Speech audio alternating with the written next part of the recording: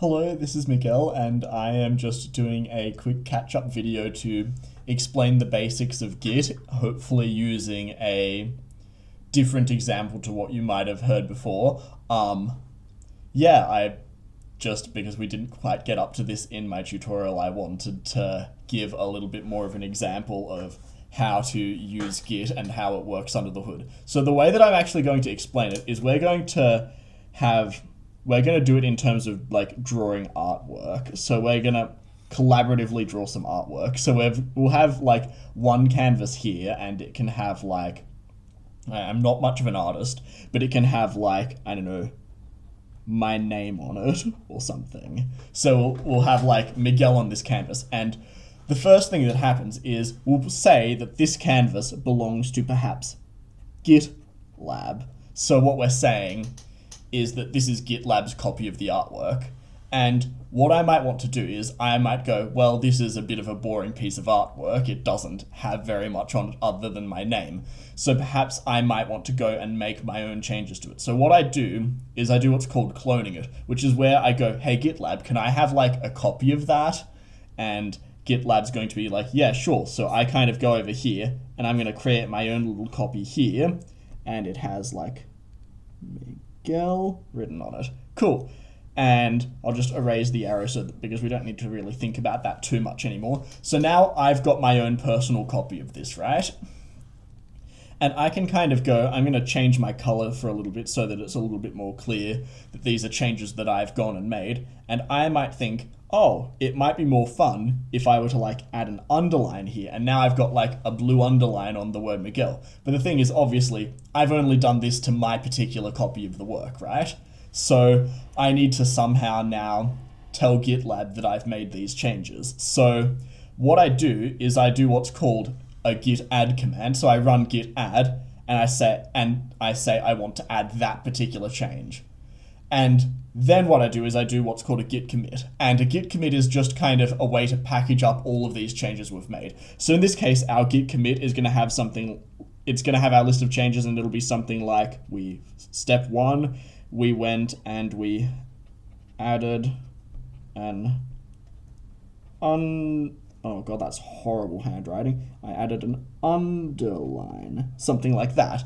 So we're like writing what changes were made. And it's not like, I mean, in this case, because we're doing paintings, it's not really, we kind of just say, yeah, we added an underline. But in reality, it's going to be saying, yeah, on this line, we added this text. We created a new line between these two lines that contains this text. We deleted this line. We changed the text on this line to say this instead of this. Stuff like that. So it's keeping track of exactly what has changed.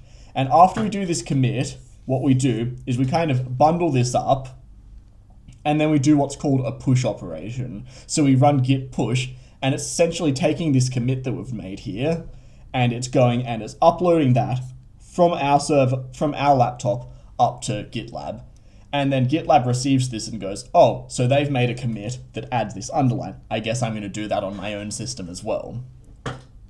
Which now means if I just take a second to erase all of the bits that we don't care about anymore, and also that bit maybe, and let's now change this to be blue. So what I can do now is I can go and let's imagine that I am someone else. Someone else goes and they clone our artwork, English, and that goes and they get their own copy. And on this particular copy, we're going to do the Miguel. Ignore that my handwriting is getting progressively worse, and then they're going to have the blue underline, which is what I added over here. And then they can go and they can perhaps make their own changes to it. So they might think, oh, I think it'd be nice to have a smiley face. So they'll go and they'll add a smiley face that is definitely, I'm going to do this in red so that it's a little bit more clear. We're going to go and we're going to add a smiley face that is most certainly not staring into our soul. I think that makes it worse. Yeah, they can add a creepy smiley face. So then, when they add their commit, it's going to have their list of changes, and it could be like, well, we have a circle times 2 in whatever locations. We have the nose thing, and we have the mouth thing, right? I hope that that random screen locking didn't appear in the recording. Oh, if it did, I guess you just saw my lock screen. And so like we're just keeping track of what changes. And as I said earlier, in real life, it would be saying adding what lines and what text where. But in this case, because we're doing artwork, it's just saying what things we changed with the artwork. Anyway, after that happens, we can then go, and when they do a git push, it uploads it to GitLab. And now, when that happens, then GitLab goes, oh, I've received these changes, guess I'm going to reproduce them. And in reality, it would create an exact reproduction, not the somehow even more horrifying version that I've drawn just then.